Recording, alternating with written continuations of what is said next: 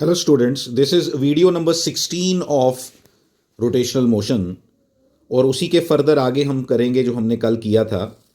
हमने last time discuss किया था, लास्ट वीडियो के अंदर एंगुलर मोमेंटम के बारे में बात की थी, इसी टॉपिक के अंदर combined rotational and translational motion. आज हम डायरेक्शन ऑफ फ्रिक्शन के बारे में बात करने वाले हैं और डायरेक्शन ऑफ फ्रिक्शन को लेके बात करेंगे और प्योर रोलिंग को लेके थोड़ी और डिटेल में बात करेंगे। इससे पहले भी हम बात कर चुके हैं, लेकिन इसके अंदर हम थोड़ा और डिटेल में बात करेंगे उसी चीज़ को लेकर। लेट्स सी कि हम क्या क्या उसके ऊपर बात कर सकते हैं और क्या क्या उसकी कॉन्सेप्ट उसके अंदर हैं। ये एक बॉडी ले ली मैंने, इसमें डायरेक्शन ऑफ फ्रिक्शन की बात करते हैं। ये बॉडी रोल कर रही है ग्राउंड के ऊपर, ठीक है। ग्राउंड मैंने बनाया नहीं, ग्राउंड के ऊपर ये रोल कर रही है। आप यहाँ पे ड्रॉ कर सकते हो, ग्राउंड को भी दिखा सकते हो कि ग्राउंड के ऊपर ये रोल कर रही है, ठीक है। ग्राउंड के ऊपर रोल कर रही है और आपको क्या मालूम होना चाहिए यहाँ पे, ये मैं बताता हूँ कि बॉडी जो है वो रोल भी कर रही है, ठीक है।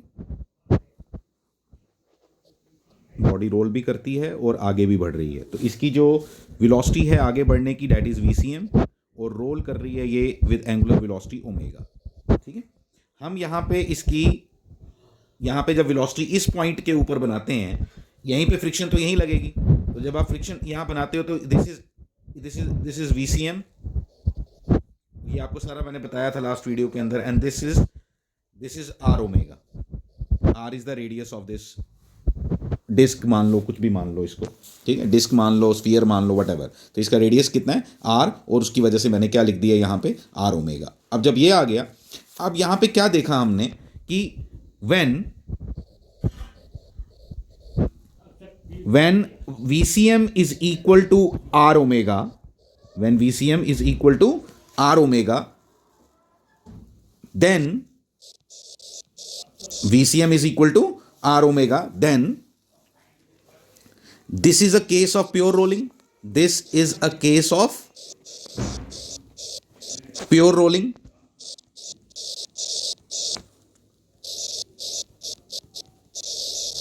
And hence, this point where friction is where friction is,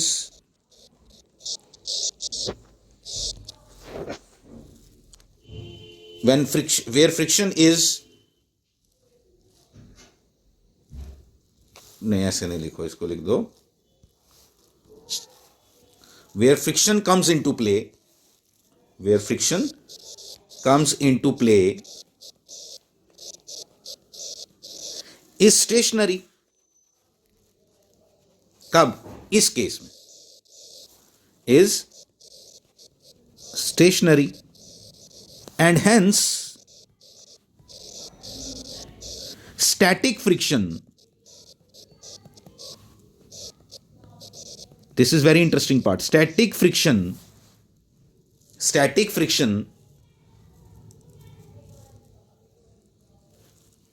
is there. Static friction is there. ये इंपॉर्टेंट यहां है कि स्टैटिक फ्रिक्शन होगी कौन सी वाली, एफएस, जब क्या होगा, प्योर रोलिंग का केस होगा। ये तीनों चीजें एक ही बात हो गई। अब pure rolling, VCM equal to R omega, और आपका ये स्टैटिक फ्रिक्शन का केस, ये मैंने आपको जो ये इसमें सारी बात बताई। तो ये सब हम जो लिख रहे हैं ये आपको अंडरस्टैंड करना है यहां पे। अब स्टैटिक फ्रिक्शन की डायरेक्शन कैसी होगी, ये न्यूमेरिकल टू न्यूमेरिकल बेस्ड है, वो डिपेंड करता है कि इंटेंडेड मोशन कहां बनेगी अल्टीमेटली। बट व्हेन, देखो अब एक और बात आप अच्छे से अंडरस्टैंड कर लो, वो आप खुद भी लिख सकते हो। अब यहां पे क्या कि when VCM is greater than R omega, अब आपको पता है when VCM is greater than R omega तो स्किडिंग होगी, प्योर रोलिंग नहीं होगी। मतलब ये वाला जो पॉइंट है वो स्टेशनरी नहीं होगा। कौन सा पॉइंट कंसिडरेशन में है, bottom most point, let it be B. तो बॉटम मोस्ट है इसलिए मैंने बी लिखना ज्यादा पसंद किया। तो तब वो स्टेशनरी नहीं होगा। अगर स्टेशनरी नहीं होगा तो what will happen, kinetic friction will come into play, और फिर उसकी डायरेक्शन फाइंड करना is not a big deal. When VCM is greater than R omega, VCM जब बड़ा होगा इससे, तो वो फ्रिक्शन कहां लगेगी, देखो देखो ये इसको नोट कर सकते हैं। For VCM greater than R omega, friction होगा, काइनेटिक फ्रिक्शन होगी, और काइनेटिक फ्रिक्शन की डायरेक्शन बना रहा हूं, आप देखना जरा काइनेटिक फ्रिक्शन की डायरेक्शन कैसी होगी। काइनेटिक फ्रिक्शन की direction will be like this, F के, ये इसमें इंटरेस्टिंग पार्ट है। अब जब क्या होगा, when R omega is greater than VCM, मैंने लास्ट टाइम आपको बताया भी था कि जब आर ओमेगा ग्रेटर देन होगा तो क्या होता है, और जब जब वीसीएम ग्रेटर देन होता है तो क्या होता है। आपने ये समझना है, when VCM greater than R omega होगा वो कौन सा केस हुआ, वो केस हुआ जब ब्रेक लगा के आप गाड़ी स्किड करती है। जब ब्रेक लगा के आपकी गाड़ी आगे की तरफ स्किड करती है, थोड़ी सी रोलिंग होती है, थोड़ी सी स्किडिंग होती है, तो वो वाला कौन सा हो गया, that is a case of VCM greater than R omega. और जब आपकी गाड़ी किसी कीचड़ में फंस जाती है, ठीक है, तो वहां पे जब आपकी गाड़ी रोल करती है, आगे कम बढ़ती है और घूमती ज़्यादा है, तो वो कौन सा केस हो गया, R omega greater than VCM. अब मैं R omega greater than VCM के लिए जब बनाऊंगा तो आपकी डायरेक्शन जो एफ के की बनेगी वो इस तरह की बनेगी। देखो, आपको क्लियर होनी चाहिए ये चीज़, ये आपको ये एफ के आ गया। तो डायरेक्शन ऑफ फ्रिक्शन के बारे में हमने जो बात करनी थी काइनेटिक, लेकिन जब हम प्योर रोलिंग की बात करेंगे, पहली बात समझ लेना अच्छे से, जब हम प्योर रोलिंग की बात करेंगे तो ये मेरे लिए बहुत इंपॉर्टेंट है। इतनी बात आपने समझनी है कि this will play a very important role, this static friction. और इसकी जो डायरेक्शन है स्टैटिक फ्रिक्शन की जो डायरेक्शन होगी वो स्टैटिक फ्रिक्शन की जो डायरेक्शन होगी वो हम न्यूमेरिकल टू न्यूमेरिकल डिस्कस करेंगे। जैसे जैसे हमारा न्यूमेरिकल आता जाएगा वैसे वैसे उसको हम डिस्कस करेंगे। ये इसमें सबसे इंपॉर्टेंट बात जो समझने वाली है वो ये। नेक्स्ट कॉन्सेप्ट जो हम डिस्कस करेंगे अभी, दैट इज प्योर रोलिंग। और प्योर रोलिंग के केस में आप बोलोगे सर हमने पहले डिस्कस कर चुके हैं, लेकिन मैं आपको एक बात बता देता हूं। प्योर रोलिंग के केस में अब जो हम डिस्कस करने वाले हैं ना, दैट इज, अब इसमें क्या हम करेंगे, ये एक आपका ये वाली जो बॉडी है ना, ये भी आगे बढ़ रही है विद अ वेलोसिटी v1, ठीक है, जिसके ऊपर ये बॉडी रोल कर रही थी, तो वो भी v1। और जो ये है ये भी चल रहा है ऊपर वाला, कितनी, ये ऊपर वाला रोल कर रहा है इसके ऊपर, this is having a linear velocity v1। जो ये नीचे बॉडी बनाई है मैंने, first body and second body, जो फर्स्ट बॉडी बनाई है वो किसके साथ चल रही है, v1 वेलोसिटी के साथ लीनियरली आगे बढ़ रही है, उसके ऊपर एक बॉडी रोल कर रही है। अब रोल कर रही है तो रोलिंग को कैसे शो करेंगे ये आपको बता देता हूं। आपको मालूम है रोलिंग को हम कैसे शो करते हैं, वही जस्ट ये देखो, इसको आगे दिखाया क्या कि भाई इसका सेंटर ऑफ मास कितना आगे बढ़ रहा है, वीसीएम, ये घूम कितनी वेलोसिटी के साथ रही है, ओमेगा, कितनी वेलोसिटी के साथ, ओमेगा। और अल्टीमेटली जब प्योर रोलिंग की बात आएगी, आपने जो बात समझनी है वो क्या थी कि जो बॉटम मोस्ट पॉइंट है वो किस पे होना चाहिए, बॉटम मोस्ट पॉइंट जो है वो किस पे होना चाहिए। तो ये दिखाने के लिए हम लोग क्या करते हैं, ये देखो, इसको ना इस तरह से दिखाएंगे कि ये जो ऊपर वाला पॉइंट है इसका जो बॉटम मोस्ट पॉइंट है वो थोड़ा ऊपर दिखाते हैं, जस्ट दिखाने के लिए। अब एक ही जगह बनाने पड़ेंगे ना, तो वो कितनी वेलोसिटी के साथ चल रहा है, वो कितनी वेलोसिटी के साथ चल रहा है, ये देखो, ये वाला आगे बढ़ा वीसीएम के साथ, आपको मालूम है कैसे हम करते हैं ये। फिर ये वाला कितनी वेलोसिटी के साथ आगे गया, ये वाला कितनी वेलोसिटी के साथ इधर जा रहा है, आर ओमेगा, ये भी पता है आपको, ठीक है, यही हम इतनी देर से डिस्कस कर रहे हैं। और ये वाला पॉइंट, ये पॉइंट पी है और ये पॉइंट क्यू है, ये जो आपस में बिल्कुल कॉन्टैक्ट में है, ये बिल्कुल आपस में कांटेक्ट में है। लेकिन हम जो कर रहे हैं ना उसमें ये बता रहा हूं मैं आपको कि ये वाला जो नीचे वाला पॉइंट क्यू है, जो नीचे वाला पॉइंट क्यू है वो कितनी वेलोसिटी के साथ आगे जा रहा है, v1। हमें मालूम होना चाहिए, याद रखो, ये जो पॉइंट क्यू है फॉर प्योर रोलिंग, जो आपने लिख के रखना है यहां पे, the most interesting part here is for pure rolling,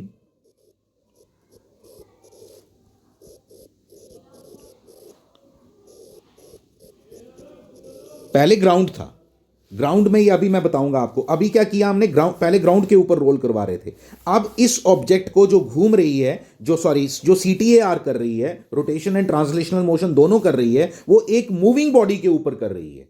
तो हमने सारा कवर कर दिया ना उस चीज को। तो फॉर प्योर रोलिंग क्या होना चाहिए, वीपी क्यू, मतलब ये जो पॉइंट पी है वो रेस्ट पे होना चाहिए विद रिस्पेक्ट टू क्या, इसके। तो इसलिए वीपी क्यू यानी कि velocity of point P with respect to Q must be equal to क्या होना चाहिए, 0, बिल्कुल होना चाहिए। आपको मालूम है VP Q किसके बराबर होता है, VP minus VQ equal to क्या होना चाहिए, 0, यानी कि VP इज इक्वल टू क्या होना चाहिए, VQ।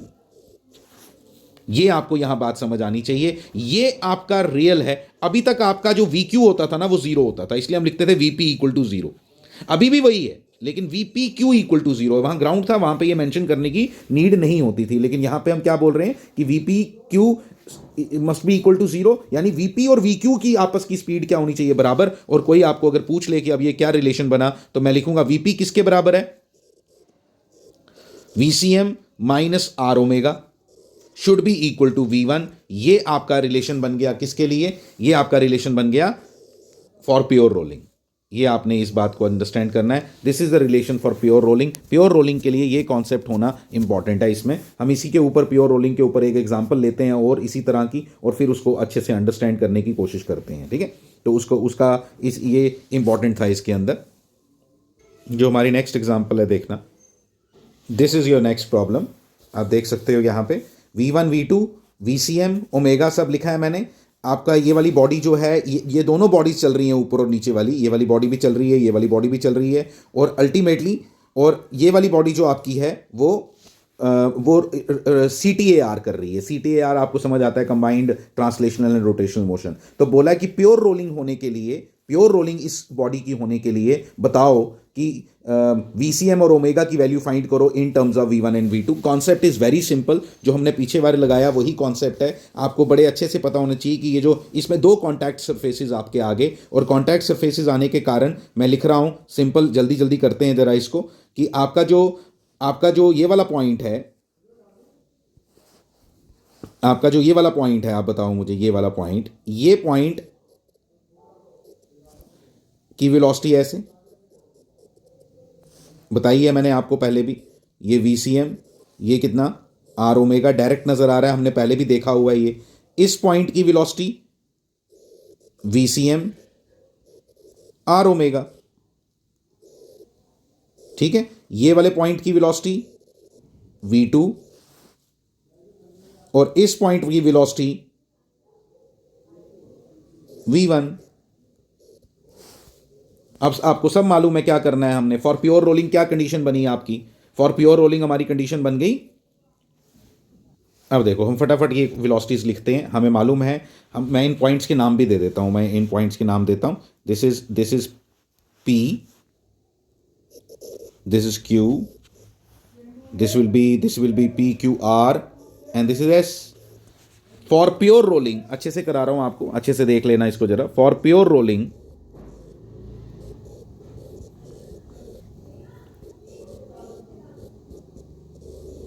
for pure rolling, VRS must be equal to 0, VPQ must be equal to 0, और इसी बेसिस पे हमने लिख दिया V R equal to VS, VP equal to VQ। VR किसके बराबर? VR देखो, VR आएगा VCM plus R omega equal to V2, और दूसरा आएगा VCM minus R omega equal to V1। ये दो इक्वेशंस बनी, इन दोनों को ऐड करो, आपको VCM डायरेक्ट मिल जाएगा। क्या बना VCM इक्वल टू आपका बन गया, VCM इक्वल टू आपका बन गया कितना? VCM equal to V1 plus V2 upon 2 directly. और एक बार जब आपको VCM मिल गया, किसी भी इक्वेशन के अंदर डाल दो तो R ओमेगा की वैल्यू मिल जाएगी। तो R omega will be equal to, नीचे कर लेते हैं, ठीक है, ये आ गया R omega will be equal to, R omega will be equal to V2 minus VCM। V2 minus VCM में जब मैं V2 लिखूंगा तो V2 माइनस क्या आएगा? V1 प्लस V2 अपॉन 2, और यहां से आपका बन गया कितना बन गया? V2 minus V1। V2 minus को सॉल्व करोगे तो ये ट्वाइस आ जाएगा ना, कितना बनेगा? V2 minus V1 I think है ना, V2 minus V1 upon V2 minus V1, yes, V2 minus 2V2 minus V1, V1 2V2 yes ठीक है, V2 माइनस V1 अपॉन 2। तो ये बन गया आपका R ओमेगा, यानी कि ओमेगा की वैल्यू कितनी आ गई आपकी? ओमेगा की वैल्यू क्या आ गई? That is equal to V2 minus V1 upon 2R। तो यहां से आपको दो आंसर्स मिल गए, क्या क्या? एक मिला ये ओमेगा की वैल्यू ये आ गई आपकी, और वहां से पीछे से आपने जो कैलकुलेट किया वो ये आंसर यहां से आ गया, ये वाला, ठीक है। तो ये दो आपके आंसर्स बन गए। तो ये इस तरह से हमारी अप्रोच है। मैंने आपको प्योर रोलिंग आपके साथ डिस्कस की, और आपके साथ क्या डिस्कस किया? दूसरी बात जो डिस्कस की वो डेट वाज कि हम डायरेक्शन ऑफ फ्रिक्शन किस तरह से लिखते हैं। उसकी अभी और भी बहुत सी बातें होगी, न्यूमेरिकल के अंदर वो ज़्यादा कॉन्सेप्ट क्लियर होगा। इसके आगे हम कुछ न्यूमेरिकल्स करते हैं अभी, जिसमें हम अल्फ़ा की कैलकुलेशंस करेंगे, डायरेक्शन ऑफ फ्रिक्शन के बारे में बात करेंगे, and many more things. This is the next question. अब इसमें देखो आप क्या है, find the values of A C M alpha F S assuming friction to be is sufficient for pure rolling. Pure rolling का मतलब आपको अच्छे से मालूम है, अभी ये ग्राउंड है, वैसे भी इसमें कोई इतना कॉम्प्लिकेटेड नहीं है। जैसे मैंने आपको लास्ट 2 एग्जांपल्स कराई जिसके अंदर थोड़ा सा आपने ध्यान ज़्यादा देना था, इसके अंदर तो आपका डायरेक्ट आएगा। इसमें भी वही रूल है, रूल डिफरेंस नहीं है। देखो प्योर रोलिंग का केस वही है, मैं आपको दोबारा उस इस लैंग्वेज में भी आपको बताता हूँ कि हम जो पहले कर रहे थे और ये कर रहे हैं बिल्कुल सेम है। यहाँ पे इस पॉइंट क्यू की बात कर रहे हैं, अगर देखो इस पॉइंट क्यू की अगर बात करें,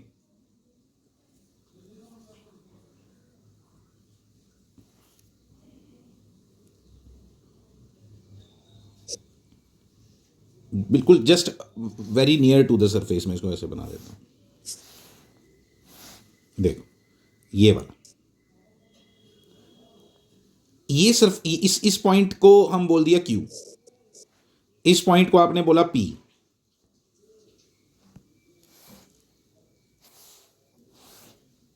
तो इस पॉइंट पे ये आ गया आपका पॉइंट क्यू, जो आपका वीपी क्यू है दैट इज इक्वल टू 0 होना चाहिए। यानी कि वीपी इक्वल टू क्या होना चाहिए, वी क्यू। यानी कि इधर से मैं आगे बात करूं तो वीपी किसके बराबर होता है, वीपी होता है आपका, या एपी बात कर लेते हैं, चलो अभी वो लिख देता हूं मैं आपको, VCM minus R omega equal to क्या हो गया, वी क्यू कितना है, 0। 0 क्योंकि ग्राउंड है, फिक्स्ड है, इसलिए वो 0। इसलिए क्या आ गया आपका, वीसीएम इज इक्वल टू क्या बन गया, आर ओमेगा। यानी कि मैंने वीसीएम की लैंग्वेज में लिख दिया, same is true for ACM equal to क्या, आर अल्फा। अभी यहां पे हमें एसीएम की कहानी चाहिए, इसलिए ये ACM equal to R alpha बन गया। किसके लिए, this is for pure rolling. Pure rolling का जो यहां केस था, ये आपने समझना है यहां पे कि हमारी फ्रिक्शन यहां सफिशिएंट है कि यहां पे प्योर रोलिंग होगी। इस लाइन का बस इतना सा सिग्निफिकेंस था कि आप ये वाली इक्वेशन तभी लिख सकते हो, ये वाली इक्वेशन आप तभी लिख सकते हो जब इस तरह की ये गिवन था क्वेश्चन के अंदर। ठीक है, तो अब इसका ये तो हमें समझ आ गया। अब इसके आगे हमने क्या प्रोसीड करना है उसको ज़रा समझना। अब इसको मैं अंदर हमें इक्वेशंस चाहिए। अब इक्वेशंस चाहिए तो किस तरह की इक्वेशंस, किस तरह से हम लिखेंगे इसको, ज़रा हर चीज़ को आप अंडरस्टैंड करोगे। पहले मैं फ्रिक्शन की डायरेक्शन बनाऊंगा। यहाँ पे फ्रिक्शन की डायरेक्शन क्या आएगी उसको हमने समझना है। फ्रिक्शन की डायरेक्शन बनाता हूँ, तो फ्रिक्शन यहाँ लग रही है, फ्रिक्शन की स्टैटिक फ्रिक्शन लग रही है। प्योर रोलिंग है तो स्टैटिक फ्रिक्शन होगी। कहाँ होगी कोई मालूम नहीं, कैलकुलेशंस करके ही पता चल सकता है, ऐसे बिल्कुल नहीं। डायरेक्शन जो मैं बनाऊंगा अगर वो करेक्ट बनाई होगी तो आंसर पॉजिटिव आएगा। जो डायरेक्शन अगर मैंने अपोजिट बनाई होगी तो अपने आप आंसर नेगेटिव आएगा। तो आपको कोई डायरेक्शन की परेशानी लेने की जरूरत नहीं है। Direction will also be calculated through all these calculations. हम न्यूमेरिकल के दौरान उसको सीख लेंगे। तो ये मैंने अभी आपकी डायरेक्शन कैसी बनाई, इस एफ एस की डायरेक्शन हमने ये बना दी, फाइन, कोई प्रॉब्लम नहीं। अब अच्छे से समझना एक एक बात को, एक एक चीज को अच्छे से समझना। ये एफ एस की डायरेक्शन बनाइए। एफ एस की डायरेक्शन बनाने के बाद अब और कौन सी इक्वेशंस आप लिख सकते हो। पहले मैंने आपको लास्ट टाइम ये समझाया था, पहले आप समझ लो, पहले आपको सारी लीनियर इक्वेशंस लिखना सीखो। लीनियर इक्वेशंस में पहले ACM equal to R alpha आपने लिख दिया। फिर उसके बाद मैं क्या लिखूंगा आप बताओ। अब मैं एक चीज़ लिखता हूं, देखना आपको समझ आएगा। मैं लिख रहा हूं एफ माइनस एफ एस। देखो ठीक है, ये मैंने फिगर दोबारा यहां बना दी कि अब देखो आप ध्यान से। अब आपने क्या करना है, पहली इक्वेशन आपको क्या मिल गई वो तो मैंने लिख दी हुई है, मैं दोबारा लिख देता हूं। क्या बनी थी आपकी, ACM equal to F minus F S equal to M A C M. ये आपकी सेकेंड इक्वेशन बन गई। Let it be first. ठीक है, तो ये बन गई आपकी सेकेंड इक्वेशन। ये सब यहीं पे है, कोई आपको घबराने की जरूरत नहीं। ठीक है, F minus F S equal to क्या, एम ए सी एम। फिर अब टॉर्क की इक्वेशन लिखनी है। टॉर्क की इक्वेशन ज़रा ध्यान से लिखनी है। दो फोर्सेस और टॉर्क की किसके अबाउट इक्वेशन लिखनी है, टॉर्क की अबाउट लिखनी है, सेंटर ऑफ मास के अबाउट। कैसे लिखेंगे ज़रा ध्यान देना प्लीज़ सभी।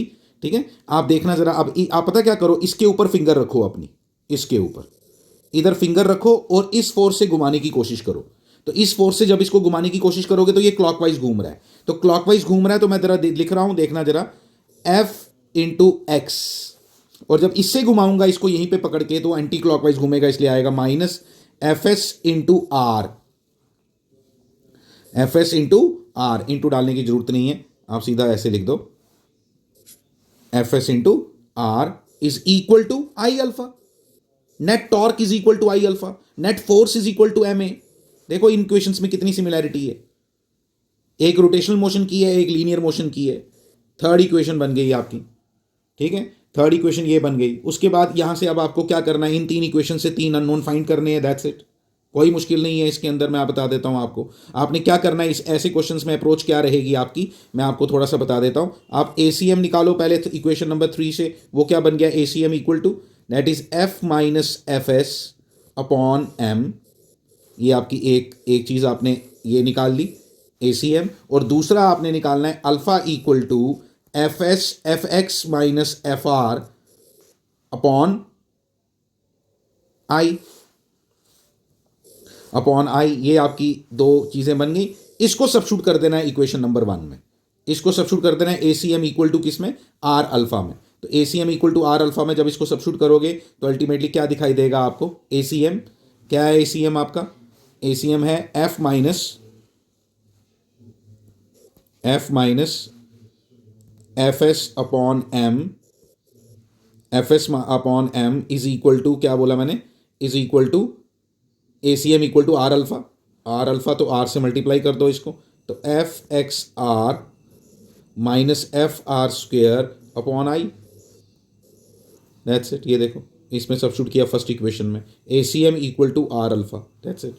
ठीक है, यहाँ से आपकी ये जो इक्वेशन आई, इसके अंदर आपका अननोन कौन है, सिर्फ यहाँ पे आर नोन है, आर नोन है, फोर्स नोन है, फोर्स गिवन है आपको। आई मोमेंट ऑफ इनर्शिया, जो बॉडी दी होगी उसका मोमेंट ऑफ इनर्शिया आप लिख सकते हो। अभी आपको आई की टर्म्स में निकालना, हो सकता है कल को वो आपको बोले डिस्क के लिए निकालो, तो आपने आई की जगह एम आर स्क्वेयर अपॉन 2 डाल देना है। रिंग के लिए निकालो M R square upon M R square निकल डाल देना है। स्फीयर के निकालो तो 2/3 M R square hollow sphere के लिए, और सॉलिड स्फीयर के लिए 2/5 एम आर स्क्वेयर। वो फॉर्मूला याद होना चाहिए आई का, वो आई आपका डिपेंड करता है, यानी I is given to you, आई आपको मालूम है, एफ आपको मालूम है, एक्स आपको गिवन है। आपको निकालना क्या है, इधर से आपको सिर्फ क्या निकालना था, एफ, ये एफ एस लिखना है यार, एफ नहीं लिखना, यहाँ चेंज कर रहा हूँ मैं थोड़ा सा, ये एफ एस लिखोगे आप यहाँ, और यहाँ पे भी एफ एस लिखोगे, सो दैट कि आपका अननोन एक ही है, यहाँ पे एक ही अननोन है। यहाँ से आप एफ एस की वैल्यू निकालोगे, इधर से आप एफ एस की वैल्यू निकालोगे, और उसको कहाँ सब्स्टिट्यूट कर दोगे, उसको बाकी दोनों इक्वेशंस में सब्स्टिट्यूट करके आंसर निकालते जाओ। एक बार एफ एस पता चल गया आपको तो एसीएम भी पता चल जाएगा,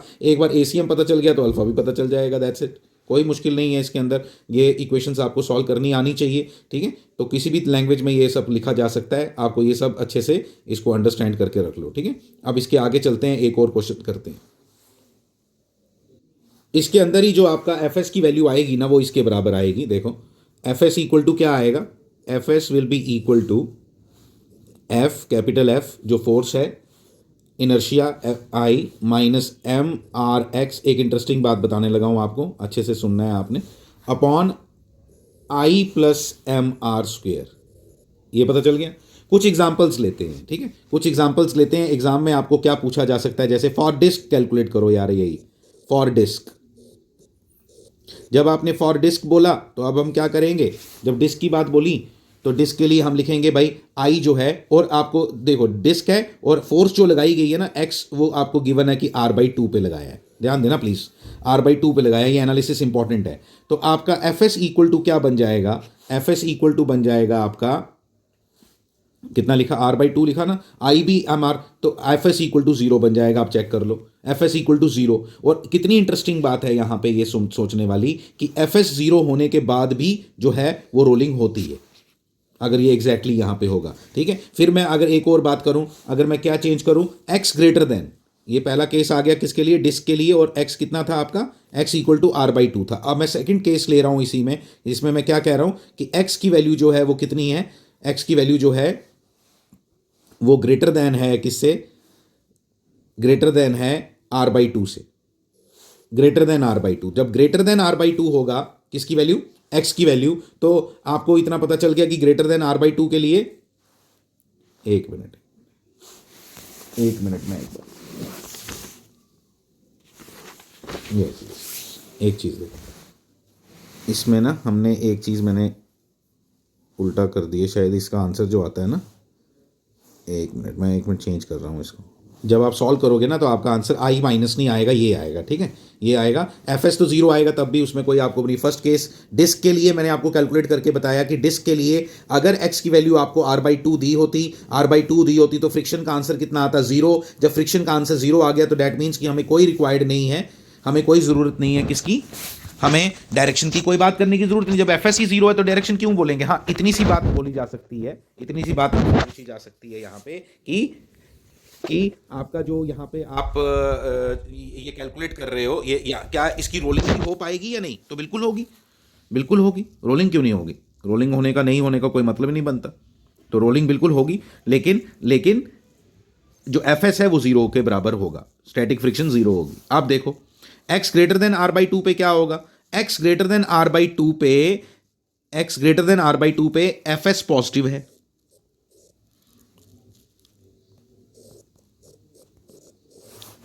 means our assumed direction, means our assumed direction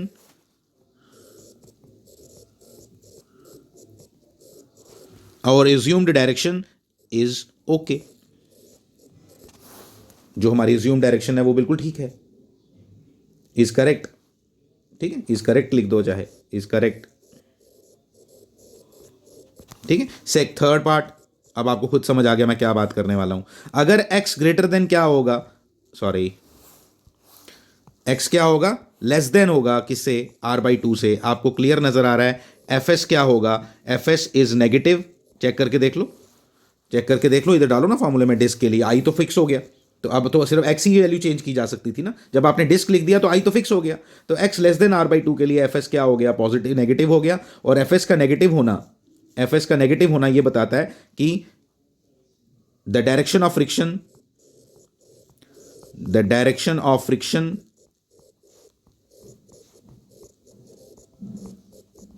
is opposite to the assumed one। जो हमने एज्यूम की थी उससे उल्टी डायरेक्शन में आएगा। सिंपल बात ये समझनी है आपने। मतलब इसमें मैं ये बता रहा हूं आपको कि जो आपने डायरेक्शन ये ली थी, जो आपने डायरेक्शन कहां ली थी बताओ, आपने डायरेक्शन यहां ली थी ना, आपने फ्रिक्शन की डायरेक्शन आगे की तरफ ली थी, फ्रिक्शन की डायरेक्शन यहां ली थी, लेकिन ये डायरेक्शन नहीं है इस केस में। ये सेकंड वाले केस में ऐसी डायरेक्शन आएगी, सेकंड वाले केस में ऐसी डायरेक्शन आएगी, जो ली थी वही आएगी, ठीक है, आप चेक कर सकते हो। यही डायरेक्शन ली थी ना हमने, तो यहां पे भी यही आएगी। अब अगर मैं बोलूं किसके लिए, थर्ड वाले केस के लिए, तो उसके लिए क्या आएगा, उसके लिए देखो, उसके लिए क्या बनेगा, उसके लिए जो डायरेक्शन आएगी वो इधर आएगी,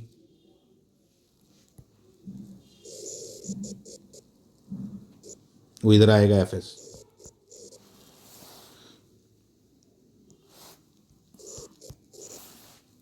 वो इधर आएगा, ठीक है। ये थर्ड वाले केस के लिए आ गया। तो इस तरह से आप, और इसी तरह का एनालिसिस, इसी तरह का सेम एनालिसिस आप किसी के लिए भी, आप सॉलिड स्फीयर के लिए भी कर सकते हो। सेम तरह का एनालिसिस, एक क्वेश्चन और इसी के बेसिस पे मैं आपको बताता हूं, जिसमें इसी तरह की इक्वेशंस हम सॉल्व करेंगे और हमारे रिजल्ट्स भी इसी तरह से आएंगे, ठीक है। इसको और सॉल्व करते हैं थोड़ा, इसको एक क्वेश्चन और करते हैं, उसमें थोड़ी आपको वैल्यूज़ देता हूँ, आपको ज़्यादा अच्छा लगेगा। वैल्यूज़ वाले क्वेश्चन करने में ज़्यादा कंफर्टेबल फील करते हैं बहुत बार स्टूडेंट्स, तो उससे आपको थोड़ी कमांड और बन जाएगी। हम थोड़ी सी और बात करते हैं। अभी डिस्क को लेके हमने ये जर्नल एक स्टडी की इस चीज़ को लेके। अब मैं बात करने वाला हूँ सॉलिड स्फीयर अगर होगा तो क्या होगा, उसको लेके मैं बात करता हूँ। ये आपका नेक्स्ट क्वेश्चन है, ठीक है। इस नेक्स्ट क्वेश्चन के अंदर अभी हम क्या बात करेंगे, ज़रा देखना ध्यान से। इसमें वही सेम क्वेश्चन है, लेकिन ये सॉलिड स्फीयर है। अब क्या होता है कि स्फीयर बनाओ, डिस्क बनाओ, रिंग बनाओ, वो सब एक जैसे दिखते हैं, ठीक है। जब हम कॉपी पे ड्रॉ करेंगे तो एक जैसे, ऐसे एक जैसे नहीं दिखते, कॉपी पे ड्रॉ करते टाइम एक जैसे दिखते हैं, इसलिए क्वेश्चन को रीड करना इंपॉर्टेंट है, ठीक है। तो सॉलिड स्फीयर है, सॉलिड स्फीयर है, मुझे मोमेंट ऑफ इनर्शिया का एकदम याद आना चाहिए। मोमेंट ऑफ इनर्शिया मुझे याद होना चाहिए कि इसका 2/5 mr² है, फाइन, वो तो पता चल गया। प्योर रोलिंग का केस दिया हुआ है, प्योर रोलिंग के केस से डायरेक्ट हमारे को फर्स्ट इक्वेशन तो डायरेक्ट मिल जाती है, जिसको फर्स्ट इक्वेशन को हम लिखेंगे, देखना फर्स्ट इक्वेशन क्या लिखेंगे। First equation will be ACM equal to R alpha this is the first equation जो पहले थी, A C M equal to R alpha. इस बार तो आपको आर की वैल्यू है आपके पास, तो वही डाल दो, क्यों लिखना है R alpha, you simply write 2 alpha, A C M equal to 2 alpha. ये आपकी फर्स्ट इक्वेशन आ गई। फिर दूसरी इक्वेशन क्या बनेगी आपकी, आपको अच्छे से मालूम है किस तरह से हम इसको ऑपरेट करते हैं। दूसरी इक्वेशन आपकी क्या बनेगी, सेकेंड इक्वेशन विल बी किसकी, linear equation, sorry linear motion की इक्वेशन। तो लीनियर मोशन की इक्वेशन के लिए आपको पहले क्या एज्यूम करना पड़ेगा, फ्रिक्शन की डायरेक्शन। तो फ्रिक्शन की डायरेक्शन कुछ भी ले लो, आपकी मर्जी, जो आपको बनानी है फ्रिक्शन की डायरेक्शन बना लो, ठीक है। ये फ्रिक्शन की डायरेक्शन मैंने बना दी।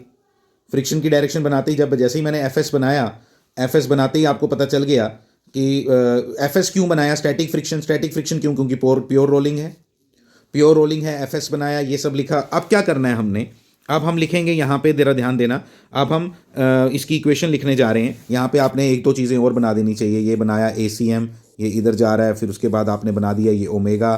ओमेगा नहीं, यहाँ अल्फ़ा लिखना चाहिए क्योंकि अल्फ़ा से रिलेटेड क्वेश्चन है, इसलिए यहाँ अल्फ़ा लिख दो, ठीक है, अल्फ़ा लिख दिया। फिर उसके बाद आपने क्या किया, आपने एक सिंपल चीज़ क्या यहाँ पे कैलकुलेशन में क्या लिख दिया, आपने लिखा 25 minus F S, 25 minus F S equal to A C M, नहीं, equal to M A C M. M कितना है वो भी दिया है 5, तो 5 ए सी एम, तो 5 ए सी एम, ठीक है, 5 A C M. This is equation number 2 for you. फिर उसके बाद ये दो इक्वेशंस बन गई। उसके बाद क्या करना है, अब आपने दो इक्वेशंस बनने के बाद अब आप टॉर्क की इक्वेशन लिखो। 3 इक्वेशंस चाहिए होती हैं आपको, अभी पीछे हमने सेम क्वेश्चन किया है, ठीक है। तो वहाँ पे वैल्यूज़ नहीं थी, यहाँ पे वैल्यूज़ हैं, ये ज़्यादा आसान हो जाएगा। मैंने बताया आपको कैसे करना भी, अभी करके दूंगा मैं पूरा, ठीक है। आप देखो इसमें क्या और क्या, किसकी इक्वेशन, थर्ड टॉर्क की इक्वेशन। टॉर्क की इक्वेशन में फिर से आपको आना चाहिए, आप पीछे देख तो देख सकते हो, 25 इंटू वन, 25 इंटू वन मैं बोल रहा हूँ बट लिख नहीं रहा हूँ, वन, ठीक है, -2 fs is equal to I alpha.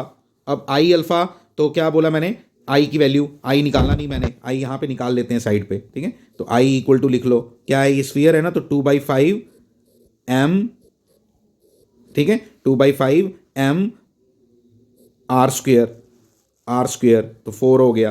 कितना बन गया ये, 8 kg metre square, 8 kg metre square is the value of I. वो आई यहाँ पे हम यूज़ कर लेंगे, अब आई हम यहाँ पे यूज़ कर लेंगे। क्या आएगा, आई अल्फ़ा, आई अल्फ़ा तो 8 alpha, 8 alpha. This is equation number 3 for you, ठीक है। 2/5 M R square, solid sphere था इसलिए, ठीक है, सब ठीक चल रहा है। अब आ गया इसके आगे, अब क्या करना है, ये इक्वेशन सॉल्व करनी है। सॉल्व करते टाइम आपको मैंने पहले ही बताया कि आपकी अप्रोच क्या होगी, आपकी अप्रोच होगी, आप ए सी एम निकालो यहाँ से, सेकेंड इक्वेशन से ए सी एम लिखो, किसके बराबर आया, 25 माइनस एफ एस अपॉन 5, ठीक है। और अल्फ़ा की वैल्यू क्या आ गई, अल्फ़ा आएगा 25 -2 fs अपॉन 8, ठीक है, अपॉन 8। इन दोनों इक्वेशंस को डालो फर्स्ट में, तो क्या बन जाएगा, A C M equal to 2 into, यानी कि 50 -4 fs, क्या कर रहा हूं मैं,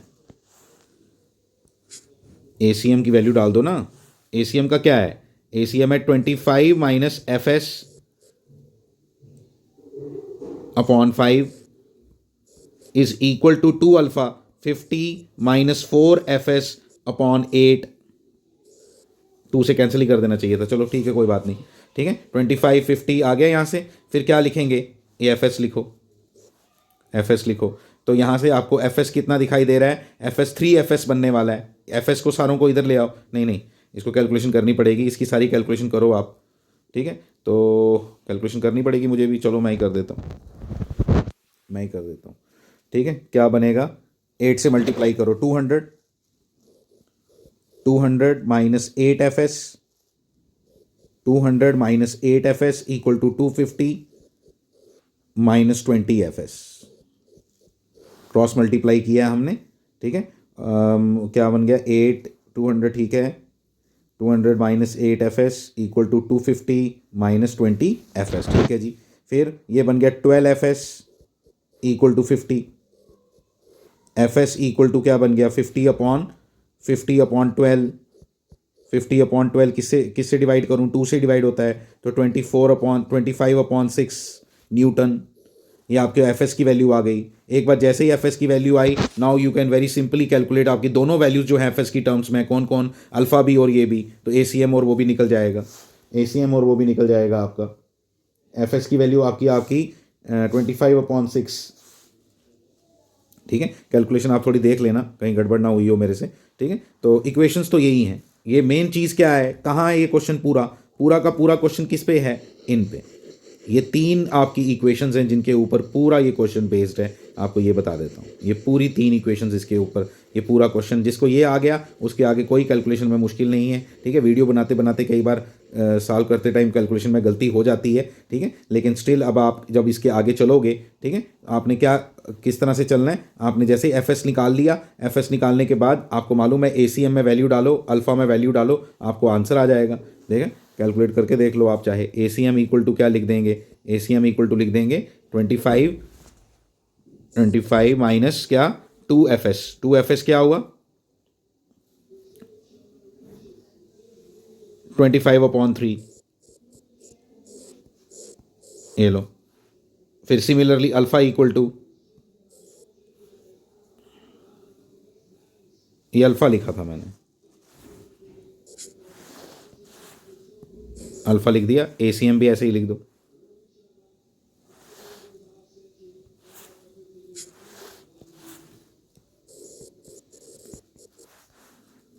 25 माइनस एफ एस 25/6/5। ठीक है, ये कैलकुलेशन अब मैंने सब कुछ कर दिया, अब आपको आना चाहिए। Thank you very much.